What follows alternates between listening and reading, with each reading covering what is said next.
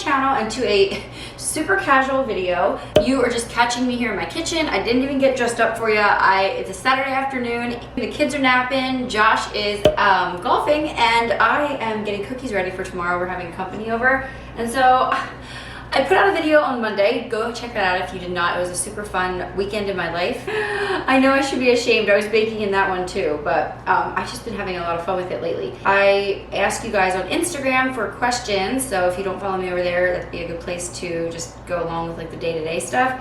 But I asked you over there if you have any questions for me because I just felt like chatting. A bunch of your questions I saw said something like, how are you doing really? And anyway, that's kind of the reason I'm filming, because I was not feeling great, to be honest, at all. Not maybe physically wise, just like more mentally and emotionally. I have been struggling with a little bit of anxiety over the past year, and I thought it was going away, but yeah, with just recent stuff, and Miller was starting to get sick again, Josh was sick. It just weighs on you as a mom. You know, I feel like it's in those moments where I just want to be like the little kid and have my mom take care of me and not have to be the adult in the situation, you know?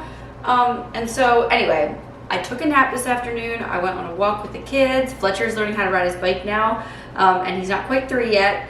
And that's kind of always my goal, to try to get the kids biking before they're 3 using a Strider bike that kind of helps them. So then you add the pedals and then they can just go. It's like they already know how to go because they've been using a balance bike for a while.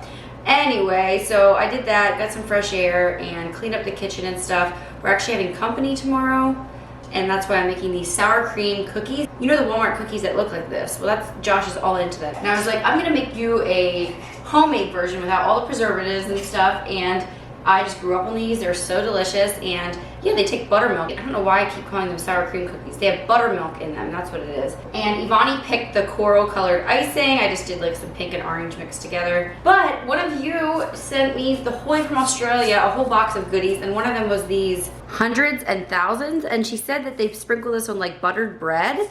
Anyway, they're really cute. And so I decided we're gonna sprinkle these on the cookies, and they look so springy and Easter-ish kind of. No, it's not Easter quite yet, but yeah, I'm really liking them. Oh, they're so cute. Anyway, so I'm gonna keep going on these cookies and just do a quick little Q&A. I'm not gonna edit it super much. It's gonna just be like a casual chit chat, and hopefully if you guys are, you know, have work to do, you can just have this playing and you can get work done at the same time. Or if you just wanna sit and relax and we can chat, that's always a lot of fun too. Okay, the first question is, what has been your favorite part about starting a YouTube channel? And I would say for me, it's just the community I've created, and it's hard to like totally feel that, you know, just across a screen, but I got to meet a bunch of you guys in Florida, and sometimes you guys take the time to, you know, DM me on Instagram, and it just makes it feel more real. And I know if I would quit YouTube, I would miss that so much. It would probably be the saddest part about it for sure. But also another favorite for sure is like the fresh new project I have to work on every week. Something new. I know back at the beginning, before I started YouTube, I was trying to think of like a little small business I could start or something. I wasn't really trying to make money necessarily, just try to like give me something to work on and to be excited about, and like my own little project. And a lot of the ideas I thought up, you know, just like things I could sell on Etsy and stuff, I knew it would quickly, I would get burned out or bored of it, you know, making the same product over and over again. I would say that's my favorite parts. And that was from the John Joseph. MMMCTA3 asked, does your religion allow you not to do anything? I think she means like, do we have any restrictions on stuff? And I intend to shoot a all about Mennonite type video in April, because you guys keep asking me some questions, and I know I have some new viewers, and that's one of the reasons that I even started a YouTube channel, was to show you guys what the Mennonite life is all about and what it's not about. But yeah, there's certain things that we do not do. I came from a church that had a lot of rules that was like black and white, more so like don't do this, do that, whatever. Now the church I go to has a little less like regulations and a little more just like guidelines. We basically, any rule we have is based on the Bible. So like I don't take the Lord's name in vain, and I don't get drunk. We dress modestly. That's another thing that's like not a hard and fast rule, because modesty looks different for a lot of people, and I know a lot of you out there watching me right now look completely different than I do, and you would still maybe call yourself modest, and that's completely fine, but that's just like a principle we follow. I don't even actually think this is a rule in our church book, but we don't dance, we don't wear jewelry, and yeah, there's just a lot of little things like that, and most of them hopefully all of them, you can find biblical principles. And yeah, it just stems from wanting to follow the Bible as close of a way as possible as we know how. And I know sometimes culture over thousands of years can change and stuff, so it is a little hard sometimes to navigate that. But yeah, there's a lot of things we don't do, but it's not like a stuffy religion. I wouldn't even call it a religion. We're Christians. But it's just a way that we live out our life. It's a way of beliefs, and then it's also a culture too. But I'll have to answer more about that in another video. Crochet Romance asks, how do you handle days you don't feel motivated to accomplish your to-do list? I'm a pretty generally motivated person, but sometimes I'm not motivated, and I've noticed the days I'm not motivated are the days I wake up without a plan. Like, I don't have anything on my list that needs to get this. These days are rare for me. That's why I like to be busy. That's why I started a YouTube channel, and I have 3 kids, all pretty close in age and stuff. I don't mind the busyness, and like I thrive off of like a to-do list and just like keeping things moving. But I do notice the days I feel unmotivated are the days where I don't have to get anything done, or I woke up in the morning and I'm just winging it and I don't have things planned. And that's when I feel unmotivated. It's like I don't know what I'm doing from hour to hour. Like, I'm like, okay, right now I'm cleaning up breakfast, but what am I gonna do after I clean up breakfast? And then I just don't feel motivated to do anything. But if I wake up and I have a list of things that I want to accomplish that I figured out the night before, it does wonders for me. It makes me like have an agenda. And then I often like to, like if it's a day of not fun stuff, like, oh my word, yesterday I spent 4 hours organizing and cleaning up the toy room in the basement. And it was just like such a big project. But if you put something fun, like to reward yourself at the end of it, it makes it go a little faster. And maybe also 4 hours, I wouldn't recommend working on any one project. It was just something I really wanted to get done. But like, give yourself a time block or time limit, and then be like, when I'm done, then we're gonna go on a walk, or we'll drive out and drop some stuff off at the thrift store and get some fast food for lunch, or I don't know, something like that. Give yourself a little reward. How do you handle other people or children modeling bad behavior in front of your children?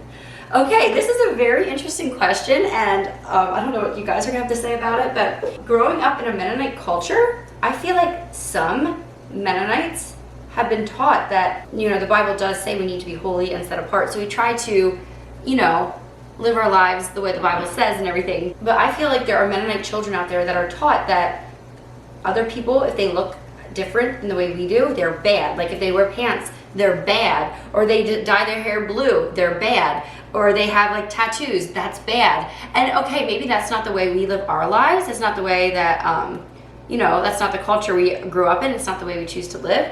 But that doesn't necessarily mean that somebody is bad just because they look differently or live differently than we do. God has different callings on each of our lives. And so that's something I want to be very careful about with Evonnie.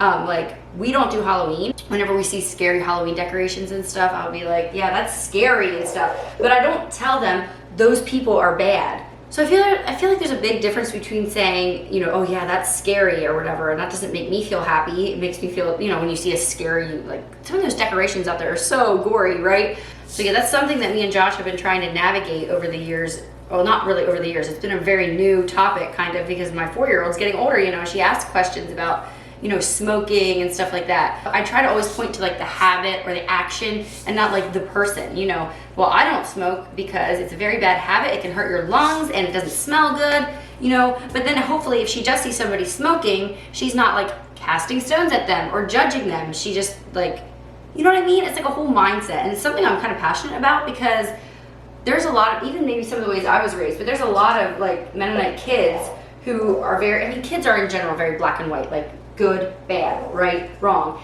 And I think sometimes us as parents are too quick to just like label things as good or bad, and then it confuses our kids because, you know, just because that lady has, you know, jewelry or pink hair or something like that, she might still be a Christian. You know, it's not bad, it's just not the way we live life, it's just different. I also, with that, want to be very careful because my biggest desire would be for my kids to be Christians and accept Jesus into their heart. But then also, I would love if they decided to maintain the way of life that we live because I see so much value in it. But yeah, I just don't want my kids to like cast stones or become judgmental. I want them to see there's so many different ways of living, and there's good things and bad things to a lot of different areas of life. So yeah, that's a really good question. It's something I'm still learning, and it's really hard to find a balance between trying to stay holy and separated and set apart, and then also knowing that Jesus loves every single human being, whether they have bad habits or behaviors or whatever, or just are not even bad, just different, you know?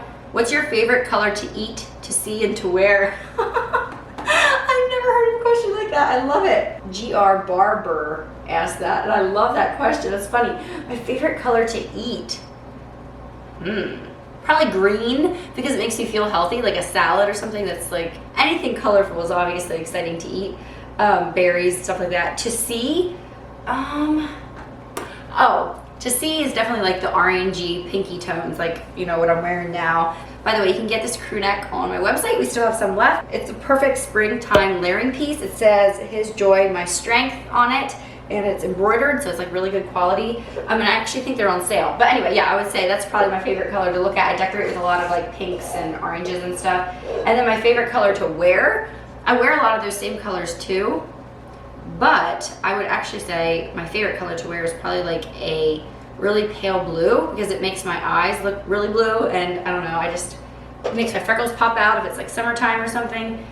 Yeah, I don't wear as much blue as I used to, but I think I should more. Oh, or white. Josh loves me in white, especially in the summertime when I have a tan. I love to wear white. But as a mom, you gotta be careful about it, which, I should give away details, but yeah, I have a clothing line coming out, guys, so stay tuned. It's exciting, and there'll be some white in there. Odd Lovely asks, do you ever wish you weren't Mennonite? Oh man, that's a can of worms. No, I never wish that I'm not Mennonite. In fact, I think growing up this way was like one of the best privileges that I have in my life. It's one of the best blessings, our tight-knit community, and just like the support we have, and just I've been like sheltered from a lot of like scary bad things out there, and I didn't have to work through years. Like, I know a lot of people have really big regrets from their teen years and stuff, and I just don't have that. And that's honestly one of the best gifts ever. But I would be lying if I didn't say there was some things about our culture that I wasn't like thrilled about or wish would change or bend a little bit. But yeah, I definitely count it a privilege, and I'm very thankful that I am. Hey yo, it's Marianne, says, what kind of food cook for your hosts? I'm not sure what I'm thinking she means like, what do you like to host, like cook with for food? Actually, why don't I just tell you what we're having tomorrow for lunch? Our church does this thing, which is very common in most Mennonite churches. Called you're like the host family, and you basically are in charge of inviting any visitors to church that are there that might need a Sunday lunch, or even, you know, just regular members that already come. It's just a way to fellowship, and it's like a really fun system, or it's a really nice system. It's not always fun having people necessarily. The reason I say that is because I love hosting, but after church on a Sunday, like people coming for lunch, it's a little tedious. You really have to finesse things to get everything hot and right on time, and like I suggested, like Josh is really good at smoking meat and stuff. I was like, let's do some smoked meats and stuff, and we batted around a bunch of ideas. At the end of the day, it's just not worth it to me to be so stressed out with trying to get all the food done on time, all the dishes washed afterwards, and you know, I have 3 little kids, and so I was like, Sunday lunch in the Mennonite community is like a big deal. Like, it's where you bring out all your cooking skills and make really good meals, and homemade and fancy and whatever. Not always, but that's kind of like how my mom's generation does it. Anyway, I decided, okay, just listen, this is what we're having. We're having meatball subs. So I'm putting the meatballs in the sauce in a crock pot. The meatballs are pre-made from Costco, super good. Just put them in the crock pot with the sauce. I'm gonna crank it up on high when I get up in the morning, and then when we're ready to go to church, I'll just turn it down low, and they should be fine when we get home. And so they'll go through the line, they'll get a roll, they'll get their meatballs. I have cheese that's already shredded just to make things easier. Normally I like to shred my own cheese, but I got like that Parmesan Reggiano cheese. And so they can put that on. And then I did homemade pickles, and I'm going to put together toss like an Olive Garden salad last minute. So it's basically just taking your ingredients and dumping them in a bowl, slicing up the lettuce, tossing it all with Olive Garden dressing. So easy. So they'll go through the line and get that. That's how I picture when I'm hosting. Okay, what's gonna be on their plate? Do we have a balanced diet? Not everything's like white or brown or whatever. And then honestly, after that, there's dessert. We're gonna have these cookies, and then I just bought a bunch of different like Eastery candy to put in a dish. I have York peppermint patties shaped like eggs, and these little Reese's milk chocolate peanut butter eggs. So yeah, we're just gonna pull those out. Very unimpressive, guys, right? Oh, and I'm gonna serve Sprite, water, and homemade lemonade. And then I have like spritzer flavor syrups, so they can make like a flavored Sprite or a flavored lemonade if they want, with like the raspberry or strawberry syrup. So it'll be fun, but it'll be very simple, very easy, and like I would much rather like not be so stressed out that I keep saying stressed out. I enjoy hosting, but I feel very like flustered, I guess is the word, when I have people I want to talk to, and then I'm preparing food. And Josh helps out too, like he helps with the parenting and preparing the food and all that stuff, setting up chairs and things. But yeah, I've learned over the years it's smarter, especially for a Sunday lunch. It's just a hard time of day to serve people. So just keep it easy, keep it simple. Don't try to win any cooking awards, and just focus on your guests and having a good time. Have you ever been out of the country? Yes, to Jamaica and Grenada and to Canada. Does Evonnie ever wear pants? I like to dress her like a little mini me, mostly. She does wear some things sometimes I wouldn't, but no, I don't really put her in pants. She usually wears a dress and then leggings underneath for like some modesty, or in the summer shorts instead. I just like it that way. It looks like we belong together. I know she's like little, you don't have to worry about modesty necessarily at that little bit of an age, but I think it's a good principle to model even at a young age. Not that you can't be modest in pants, I guess, but yeah, I want us to look like we belong together and like it makes sense. You always seem to have company. Do you volunteer for your church? Is it family? So fun. That's from Blissful Simple Living. Again, that comes back to the Mennonite culture. We have lots of friends in the area, family, our big families. We have church family. It's like a community that's priceless. Honestly, I realize more and more, even going to my mom's group that I go to, that is not always like the norm, and that seems like rare in some people's worlds too. Or like military moms and stuff that are always getting moved around. I think that's something I take for granted a lot, like the whole community that I have just built in from church life and family life. Share a wedding photo. Here you go. Aren't we little babies? Oh my word, I love this. I should do a little video story time of my wedding day sometime. I love my dress so much. We had a lot of restrictions and rules about keeping our dresses simple and modest for a wedding, but I wanted lace so bad, and I guess lace was too fancy. I found fabric that was like $24 a yard or something, which was ridiculous at the time. Like I didn't spend more than $5 to $7 on a yard of fabric, but I love that dress so much. My grandma sewed on it, my mom sewed on it, and I sewed on it too, just a little bit to say that I did. And I had a blue underskirt underneath that made it stand out. And I wanted something very like timeless and not super trendy. And you know what? I look back, this is like 9 years later, and I still like that dress. It was flattering. That's probably why I like it the most. Can anyone join the Mennonite Church or visit? Absolutely. And people ask me, what should you wear? And like, just be modest, and you don't have to try to wear a head covering or anything. That's fine. I mean, unless you feel convicted to, of course, but that's not expected. Do you have the link to your very first YouTube video? Says Miss Coons 85. Oh my goodness. Do you guys want to see that? I purposely have not taken down those videos just because I like to look back on them and realize how far I've come. I sound so nervous and so like different. I don't know. You guys have to go look at it. Actually, don't. That's embarrassing. But yeah, it is there if you go back to like sort the videos out from like oldest to newest. And it'll be like the top video. Yeah, I didn't know what I was doing, guys. I was just having fun, and yeah, look how far I've come. I don't know. It's kind of crazy. And I'm so thankful I'm still here because it's like one of my favorite things about my life. Is everyone in your family community of Mennonites as into modern technology as you? Okay, I'm not into technology. I don't know what you meant by that. I'm not very techie. I'm so like impressed to this day that I learned how to edit videos. I don't know. I keep thinking it must have been a God thing that I started YouTube because I am so unskilled when it comes to techie stuff. Everything I learned, I just Googled like what settings to upload YouTube clips and like how to use DaVinci to Resolve, best place to make thumbnails for free, and like everything. I Googled all that stuff. But my dad, he was always into his like technology. He always had the latest phone. If he could, like, he always used to joke, every time I get the next phone, they come out with a new one, so I can never have the newest, and it's just always funny. So he was always pretty big into that, but like there's not a lot of restrictions on technology and technology use in like the way I grew up or even now, except like obviously what you're reviewing, what you're filling your mind with, stuff like that, you should obviously be very careful about. But most people have smartphones, almost all people have smartphones, computers, laptops, and even more like less conservative churches, you know, the smart TVs and all that. We are preparing for our first baby due in May. Yay, best baby on a budget tips. That's from Claire M. Led. Goodness, my camera just shut off because I've been recording for half an hour. So I'll try to wrap this up here quickly, but aren't these cookies so cute? Oh, I love them. They're very springy and very fun. Evonnie's gonna love these. And they're so soft, you guys have to try them out.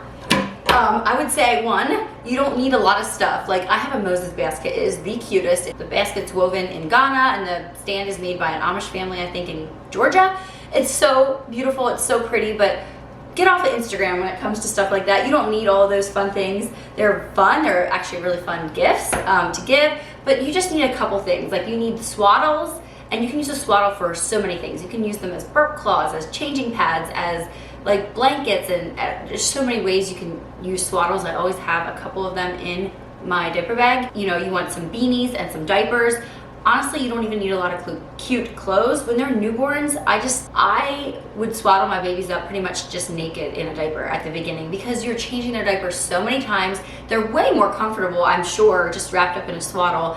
And yeah, that's just kind of how we did it at the beginning. But yeah, you don't even need a nursery. You don't need nursery furniture, really. Just make sure you have a safe crib or place to lay them, you know. But yeah, if you really are trying to watch your spending, just realize like all that cute fun stuff on Instagram is cute and fun, not necessarily necessary. Dixie Lining Farm asked, how long into your YouTube journey until you saw a return? Well, I would say like video number 4 or whatever it was, when I think Lynette Yoder said something about, oh, she found this other Mennonite girl. Like, there was no Mennonites on YouTube back then, at all, not hardly any. And she like shouted me out, and then people started like watching my videos and leaving comments. That's what I would say I saw a return. I was like, wow, this is making me happy. I get to communicate with these people that don't even live in my state. I mean, now there's people from all over the world that watch. It's great, it's amazing. So I would say like right off the bat, but if you're talking like money-wise and stuff, I worked completely for free for at least half a year, and then I qualified for AdSense, and then I started being able to do partnerships here and there over time. And so I guess it depends how you look at it. I would say half a year to a year in, I was making a little bit of cash, and then like as far as me getting a return just for doing it, I would say right away. As soon as people started watching and commenting, even if you don't have very many views right away, if people comment and talk to you, take the time to respond back. That's an actual person that took the time to watch your video, and you should feel very special and honored. Mama J06 asked for a skincare routine. You know, I think we're gonna end my video here, because I can talk about skincare in another video coming up. Yeah, my skin's been a lot better than normal lately. And Gubbles Family 5 says, recipe for the cookies, you got it, girl. It's down in the description box. Go ahead and check it out. Thank you guys so much for being here and hanging out with me on this Saturday afternoon. It was so good for my soul. I don't know if it was good for your soul, but I feel so much better than I did this morning. Prayers for you all out there. I love you, and that sounds weird to say to a camera, but like I do. I pray for you guys, and I'm so glad you're here. So I'll see you all in the next one. Bye, everyone.